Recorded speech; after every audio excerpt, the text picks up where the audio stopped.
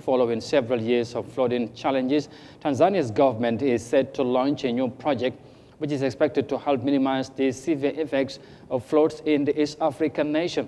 Like many countries on the continent, Tanzania experiences seasonal flooding that usually affects thousands of people, especially vulnerable groups.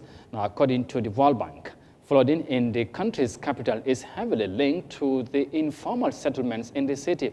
The government wants to change the narratives, and let's have more details of that in this report. Since 1997, Dar es Salaam's Msimbazi River has been experiencing floods mainly due to climate change. A new government project designed to stop the flooding is set to help residents like 49-year-old Juma Abdallah, who have been living along the river for decades.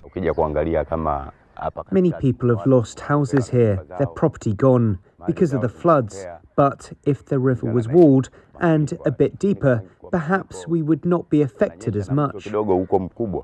The project will focus on, among other things, the construction of barriers along the river, drainage systems in the city, and in some cases relocating residents. However, some of the hundreds of vegetable farmers that depend on the river for irrigation say the government should also address pollution that is making it hard for them to earn a living.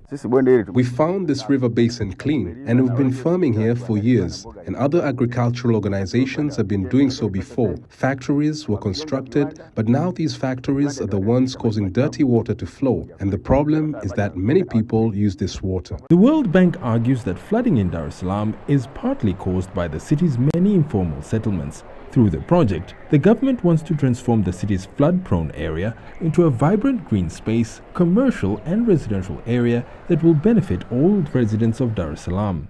Around 40 houses once stood in this area behind me, but they were destroyed by the seasonal flooding of the Msimbazi River.